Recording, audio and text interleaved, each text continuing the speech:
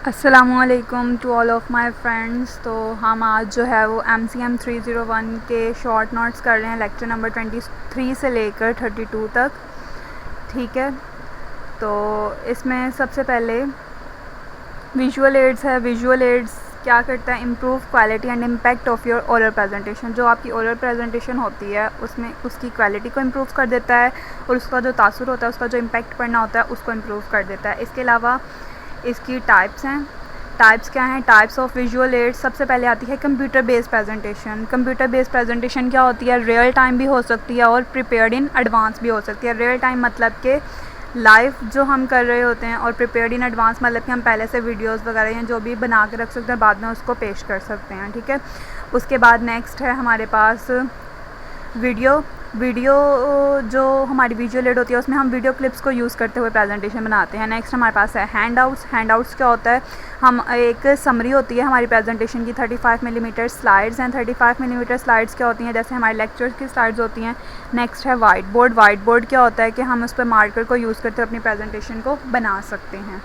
Next है हमारे पास flip charts. Flip charts क्या होते हैं? जैसे ड्राइंग बोर्ड होता है उस तरह का बोर्ड होता है, उसके ऊपर चार्ट्स होते हैं, उसके ऊपर आप जो है वो प्रेजेंटेशन अपनी दे सकते हैं। नेक्स्ट जो है वो हमारे पास ओवरहेड ट्रांसपेरेंसीज हैं। ओवरहेड ट्रांसपेरेंसी एक मशीन टाइप होती है जिसके अंदर जो है वो आप पेजेस जो है वो अपने रख देते हैं जिस पर आपने प्रेजेंटेशन बनाई हुई होती है, और फिर आप उसको प्रोजेक्टर टाइप जो है वो बड़ी स्क्रीन पर देख सकते हैं। नेक्स्ट है ग्रुप मीटिंग। ग्रुप मीटिंग क्या होता है? दो से ज़्यादा लोगों की जब मीटिंग होती है तो उसको ग्रुप मीटिंग कहा जाता है, और ये फॉर्मल होती है और इनफॉर्मल होती है। फॉर्मल मतलब के जो है वो विद फॉर्मल मतलब के प्लान के साथ, और इनफॉर्मल मतलब के विदाउट प्लान। उसके अलावा फाउंडेशन और फॉर्मेशन ऑफ ग्रुप है। फॉर्मेशन ऑफ ग्रुप कैसे होना, मतलब हम ग्रुप को बनाते कैसे हैं, ये काम करना कैसे स्टार्ट करता है। तो उसमें सबसे पहले है फॉर्मिंग। फॉर्मिंग मतलब ओरिएंटेशन फेज़ होती है जिसमें जो है वो हम जस्ट डिस्कशन करते हैं। उसके बाद है स्टॉर्मिंग। स्टॉर्मिंग का मतलब होता है स्टॉर्म, तूफ़ान, यानी कि झगड़े होना स्टार्ट होते हैं। उसके अलावा नॉर्मिंग मतलब कि झगड़े जो हैं वो आपके नॉर्मल हो जाते हैं। परफॉर्मिंग मतलब कि फिर वो ग्रुप आपस में मिलकर काम करना स्टार्ट कर देता है। फिर उसके बाद है फेजेस इन सॉल्विंग प्रॉब्लम। तो फेजेस क्या होते हैं किसी प्रॉब्लम को सॉल्व करने के लिए? सबसे पहले ओरिएंटेशन मतलब हम डिस्कशन करते हैं अपनी प्रॉब्लम के बारे में। फिर कॉन्फ्लिक्ट मतलब कि जब हम डिफरेंट राय देते हैं तो जाहिर सी बात है उस पर बहस वगैरह भी होती है, तो झगड़े होते हैं। फिर उसके बाद है एमरजेंस। एमरजेंस का मतलब है कि हम डिफरेंट तरह के जो है वो रास्ते तलाश करना शुरू कर देते हैं कि हमारी जो प्रॉब्लम है वो किस तरह से सॉल्व होगी। फिर उसके बाद नेक्स्ट है सोल्यूशन। सोल्यूशन जो है वो उसमें हम क्या करते हैं कि हम एक सोल्यूशन पे एग्री हो जाते हैं, और ये हमारा फाइनल स्टेज होता है, और इसमें हम अपना सारा काम कंप्लीट कर लेते हैं। हम नेक्स्ट एक्शन चूज़ कर लेते हैं जो हमने करना होता है। उसके बाद है पर्पस ऑफ ग्रुप मीटिंग। हम ग्रुप मीटिंग रखते हैं कि उसका पर्पस क्या है? एक तो प्रेजेंट इन्फॉर्मेशन, मतलब कि हमने इन्फॉर्मेशन दूसरों तक पहुंचानी होती है, और दूसरा जो है वो सॉल्व प्रॉब्लम्स, मतलब इन प्रॉब्लम्स को सॉल्व करने के लिए हम ये करते हैं। अच्छा जी, तो नेक्स्ट है 3 kinds of meeting help to achieve these objectives. तो 3 तरह की जो मीटिंग्स हैं वो हमें इन ऑब्जेक्टिव में हासिल करने में हमारी मदद कर सकती हैं। तो सबसे पहली जो है वो इन्फॉर्मेशनल मीटिंग है जिसमें इन्फॉर्मेशन हमें मिल रही होती है, जिसमें हम लर्न करते हैं। दूसरी जो है वो सजेस्टेड सोल्यूशन मीटिंग है जिसमें हम स्टाफ से इनपुट लेते हैं, उनकी राय लेते हैं, उनके आइडियाज़ लेते हैं। और उसके अलावा प्रॉब्लम सॉल्विंग मीटिंग है जिसमें ये जो है वो 4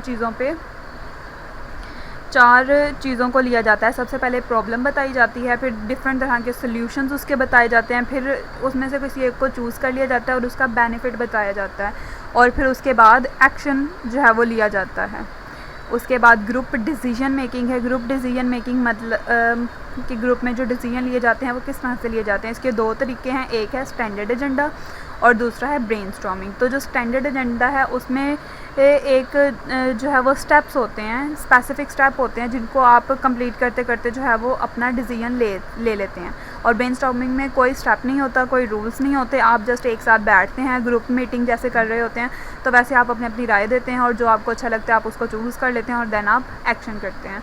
तो स्टैंडर्ड एजेंडा पहले पढ़ लेते हैं। स्टैंडर्ड एजेंडा क्या होता है कि हम इसके जो स्टेप्स हैं उसको रीड कर लेते हैं। इसमें प्रॉब्लम को आइडेंटिफाई किया जाता है, प्रॉब्लम को एनालाइज़ किया जाता है, अपने गोल्स सेलेक्ट किए जाते हैं, फिर सोल्यूशन जनरेट किया जाता है, डिफरेंट सोल्यूशन जनरेट किए जाते हैं। फिर उनमें से जो है वो एक सोल्यूशन को सेलेक्ट कर लिया जाता है, फिर फाइनल डिसीजन लिया जाता है और फिर सोल्यूशन को इम्प्लीमेंट कर दिया जाता है। उसके बाद नेक्स्ट ब्रेनस्टॉर्मिंग का बता दिया मैंने पहले कि इसमें कोई स्टेप्स नहीं होते, जस्ट आप एक साथ बैठते हैं और फिर बहस व मुबाहसा स्टार्ट करते हैं और डिफरेंट आइडियाज़ को क्रिएट करते हैं। नेक्स्ट है हमारे पास ways of decision. Ways of decisions क्या हैं,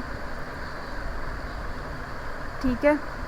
तो वेज़ ऑफ डिसीजंस मतलब कि जो फ़ैसला लेने के कितने तरीके हैं। सबसे पहले कॉन्सेंसस में हम डिस्कशंस और डिबेट के ज़रिए फ़ैसला लेते हैं, मतलब हम बहस मुबाहसे करते हैं और फिर हम अपना फ़ैसला लेते हैं। नेक्स्ट है कंप्रोमाइज़ में मतलब कि हम किसी की डिमांड को कबूल करके उसके साथ कंप्रोमाइज़ करके फ़ैसला ले रहे होते हैं। फिर है मेजॉरिटी वोट में हम वोटिंग के ज़रिए लेते हैं। डिसीजन बाय लीडर मतलब कि लीडर ने डिसाइड कर लिया तो अब दूसरा जो है वो कोई भी उसके खिलाफ बहस मुबाहसा नहीं करेगा। नेक्स्ट है आर्बिट्रेरियन का मतलब है कि किसी जो है वो बाहर के बंदे को बिठा लिया जाता है और उसे कहा जाता है कि आप फ़ैसला करें कि हमारे लिए क्या बेस्ट होगा। उसके बाद नेक्स्ट है जी styles of group leadership 3 styles हैं इसके। अथॉरिटेरियन है, डेमोक्रेटिक है और लेजिस्फेयर है। अथॉरिटेरियन में क्या होता है कि पूरी पावर जो है वो एक इंडिविजुअल को मतलब कि लीडर को मिली हुई होती है, सब कुछ वही कर रहा होता है। डेमोक्रेटिक में क्या होता है कि मेंबर्स भी पार्टिसिपेट कर रहे होते हैं, वो भी अपनी राय पेश करते हैं, उनकी राय को सुना भी जाता है। लेजिस्फेयर में जो लीडर है वो कुछ भी नहीं करता, उसे अपने एम्प्लॉयज़ पे पूरा भरोसा होता है, वो सारा कुछ उनके ऊपर छोड़ देता है। उसके बाद है सक्सेस जो है वो डिपेंड किन चीज़ों पे करती है। ग्रुप टास्क रोल पे कर रही होती है, ग्रुप बिल्डिंग मेंटेनेंस रोल्स पे कर रही होती है, इंडिविजुअल रोल्स पे कर रही है। अब हम इन तीनों को अलग अलग करके पढ़ेंगे। सबसे पहले आ रहे हैं ग्रुप टास्क रोल्स मतलब इकट्ठे जो हम काम करते हैं कौन कौन से होते हैं। इनिशिएटिंग करते हैं मतलब कि कुछ नए आइडियाज़ बना रहे होते हैं। इन्फॉर्मेशन एंड ओपिनियन सीकिंग मतलब लोगों की राय तलाश करते हैं, इन्फॉर्मेशन को ढूंढते हैं। इन्फॉर्मेशन एंड ओपिनियन गिविंग मतलब कि ख़ुद भी इन्फॉर्मेशन देते हैं, अपनी राय भी देते हैं। समराइजिंग अपने काम को समरी के तौर पे इकट्ठा कर लेते हैं। क्लैरिफाई एंड एलैबोरेट मतलब कि जो है वो क्लियर करते हैं जो भी डाउट्स होते हैं। इम्प्लीमेंट करते हैं और उसके अलावा कॉन्सेंसस सीकिंग मतलब कि डिस्कशंस करते हैं। और डेविल्स एडवोकेट मतलब कि जैसे नवाब की तरह किसी को कोई हुक्म देना होता है, इस तरह से हम हुक्म भी देते हैं जो लीडर होता है। कंसल्टेंट्स का मतलब कि हम आइडिया तो देते हैं लेकिन हम पार्टिसिपेट नहीं करते। उसके अलावा नेक्स्ट जो है वो group building and maintenance roles हैं। तो group building and maintenance roles में सबसे पहले इंकरेज करना होता है, फिर उसके बाद ग्रुप्स की फीलिंग्स को एक्सप्रेस करना आता है। दैन कंप्रोमाइजिंग आता है मतलब कि कंप्रोमाइज़ करना एक दूसरे के साथ। फिर गेट कीपिंग मतलब कि जो ऐड हो रहा है उसको ऐड होने दें और जो जा रहा है उसको जाने दें। हाउस कीपिंग मतलब कि जितने भी मेंबर्स हैं उन सबको ग्रुप की जो सूरत हाल है उससे आगाह करना। सेटिंग स्टैंडर्ड्स मतलब कि अपने कुछ रूल्स बनाना, अपने ग्रुप का कोई स्टैंडर्ड रखना ताकि सब लोग जो है वो उसके अंदर काम कर सकें। फिर उसके बाद है इंडिविजुअल रोल्स में क्या होता है सेल्फ अंडरस्टैंडिंग मतलब कि हमें खुद को समझना आना चाहिए। रिकॉग्निशन हमारी कोई पहचान होनी चाहिए। इंटरपर्सनल अंडरस्टैंडिंग मतलब हमें दूसरों को अंडरस्टैंड करना आना चाहिए, दूसरों के पॉइंट ऑफ व्यू को समझना आना चाहिए। एक्टिव लिसनिंग मतलब कि हम अच्छे लिसनर होने चाहिए। मैनेजिंग कॉन्फ्लिक्ट झगड़ों को मैनेज कर सकते हों। स्टॉपिंग कॉन्फ्लिक्ट झगड़ों को रोक सकते हों। डिस्ट्रप्टिव बिहेवियर मतलब कि खलल डालने वाला बिहेवियर नहीं होना चाहिए। उसके अलावा पार्टिसिपेंट रोल्स हैं, जो पार्टिसिपेट कर रहे होते हैं उनके क्या रोल्स होते हैं। कुछ उसमें से ऑर्गेनाइज़र होते हैं, ऑर्गेनाइज़ कर रहे होते हैं। कुछ उसमें से क्लैरिफायर होते हैं, डाउट्स को क्लियर कर रहे होते हैं। कुछ क्वेश्चनर होते हैं, सवालात पूछ रहे होते हैं। कुछ फैक्चुअल कंट्रीब्यूटर होते हैं मतलब हकीकत से आगाह कर रहे होते हैं। कुछ हेल्पर होते हैं, मदद कर रहे होते हैं। क्रिटिकल टेस्टर होते हैं मतलब कि वो हमें कह रहे होते हैं कि हम ये करेंगे तो इसका रिज़ल्ट ये निकलेगा। आइडिया क्रिएटर होते हैं। कुछ कंसीलिएटर होते हैं मतलब कि मिडल मैन होते हैं मतलब कि अगर दो पार्टीज़ जो हैं वो आपस में बहस कर रही हैं तो उनके दरमियान में कोई ऐसा हल निकाल के देते हैं जिस पर दोनों पार्टी राज़ी हो जाएं। और कुछ एनर्जाइज़र होते हैं, एनर्जी प्रोवाइड कर रहे होते हैं। नेक्स्ट है हमारे पास elements of effective written communication. तो कौन कौन से हमारे पास एलिमेंट्स होते हैं अच्छी जो है वो कम्युनिकेशन के। सबसे पहले कॉर्टेसी होती है मतलब रिस्पेक्टिंग वर्ड्स यूज़ करने हैं हमने। करेक्टनेस होती है मतलब कि ग्रामेटिकली हमारा जो बिलेटर वगैरह है वो करेक्ट होना चाहिए। कंसाइजेंस मतलब हम टू द पॉइंट बात करनी है। क्लैरिफाई मतलब कि क्लियर होना चाहिए उसमें सब कुछ। कंप्लीटनेस मीन्स कि कंप्लीट होना चाहिए। और कंक्रीटनेस मतलब कि स्पेसिफिक होनी चाहिए बात। उसके अलावा बेसिक ट्रुथ जो है वो ह्यूमंस के मुतल्लिक वो क्या हैं। बेसिक ट्रुथ्स हैं हमारे पीपल्स आर सेल्फ सेंटर्ड मतलब कि जो है वो दूसरों की नीड्स को इग्नोर कर देते हैं, ये नेचुरली होता है। पीपल्स आर डिफेंसिव मतलब खुद को डिफेंस कर रहे होते हैं हम। पीपल्स आर नॉट परफेक्ट, जो हम एरर्स हैं वो हमारी लाइफ का हिस्सा होते हैं तो हम कभी भी परफेक्ट नहीं होते। पीपल्स एक्सपेक्ट कॉर्टिसी, हम रिस्पेक्ट जो है वो एक्सपेक्ट कर रहे होते हैं। People do the best they can, और हम जितना भी अच्छा कर सकते हैं वो हम करते हैं।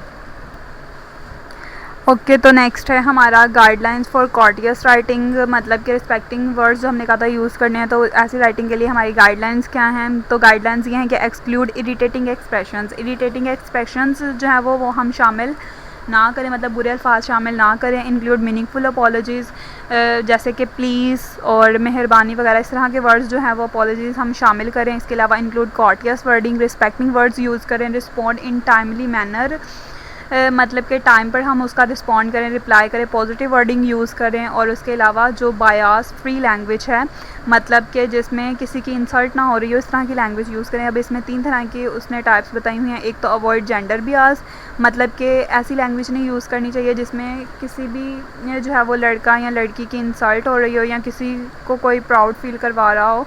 और अवॉइड रेशियल एंड एथनिक, मतलब कि ख़ुद फ़ख्र नहीं करना चाहिए जो कोई भी नस्ल वगैरह को लेकर, जो कि आमतौर पर हमारे कंट्री में हो रहा होता है। उसके अलावा डिसेबिलिटी बियास है। डिसेबिलिटी बियास में क्या है कि किसी की डिसेबिलिटी का मजाक नहीं उड़ाना चाहिए। उसके बाद नेक्स्ट है preparing for effective business writing. तो इसके स्टेजेस क्या होते हैं, इसके स्टेप्स क्या होते हैं, वो हम पढ़ेंगे। इफेक्टिव बिजनेस राइटिंग की सबसे पहले प्लानिंग स्टेज आती है। प्लानिंग स्टेज में हम क्या करते हैं, अपना पर्पस को डिटरमिन करते हैं, हमारे पर्पस को देखते हैं, अपने रीडर्स को देखते हैं कि वो किस तरह के हैं। उसके अलावा अपना आइडिया चूज़ करते हैं और अपना कंटेंट ले लेते हैं कि हमने क्या जो है वो लिखना है या किस तरह से लिखना है। उसके अलावा ऑर्गेनाइजिंग स्टेज है, जो भी हमने टॉपिक्स ऐड करने हैं उनको आउटलाइन कर लेते हैं और उनको ऑर्डर में लिख लेते हैं। उसके बाद नेक्स्ट है ड्राफ्टिंग स्टेज। ड्राफ्टिंग स्टेज में हम क्या करते हैं कि पैराग्राफ की बिगिनिंग अच्छी सी बनाते हैं, फिर बॉडी लिखते हैं और एंड पैराग्राफ को कर देते हैं, अच्छा सा एंडिंग कर देते हैं उसकी। फिर उसके बाद एडिटिंग स्टेज है, इसमें हम देखते हैं कि अगर हमने कोई मिस्टेक की है तो हम उसको एडिट कर लें। फिर उसके बाद है प्रूफ रीडिंग स्टेज, इसमें हम दोबारा से देखते हैं उसको अच्छे से, प्रूफ रीडिंग मतलब कि अच्छे से रीड करते हैं कि अगर कोई मिस्टेक है तो ये फाइनल स्टेज है जिसमें हम दोबारा से कोई मिस्टेक को ठीक कर सकते हैं। नेक्स्ट है हमारे पास methods used in developing topics को डेवलप करने के लिए जो मेथड्स यूज़ किए जाते हैं वो या तो डायरेक्ट होते हैं या इनडायरेक्ट होते हैं। डायरेक्ट मतलब कि डायरेक्टली बता देना कि ये बात हम तुमसे करने वाले हैं, और इनडायरेक्ट मेथड का मतलब है कि घुमा फिरा के बात करना, ठीक है। तो जो डायरेक्ट मेथड है वो गुड न्यूज़ मतलब अच्छी खबरें देने के लिए यूज़ किए जाते हैं, और जो इनडायरेक्ट मेथड्स हैं वो बैड न्यूज़ के लिए यूज़ होते हैं। आई होप कि आपको मेरी ये वीडियो अच्छी लगेगी, तो प्लीज़ आप like, comment, share and subscribe करें और मुझे कमेंट्स में बताएं कि आपको मेरी वीडियो कैसी लगी, और मैं इससे नेक्स्ट वाला पार्ट भी बहुत जल्द अपलोड करूँगी। Thank you.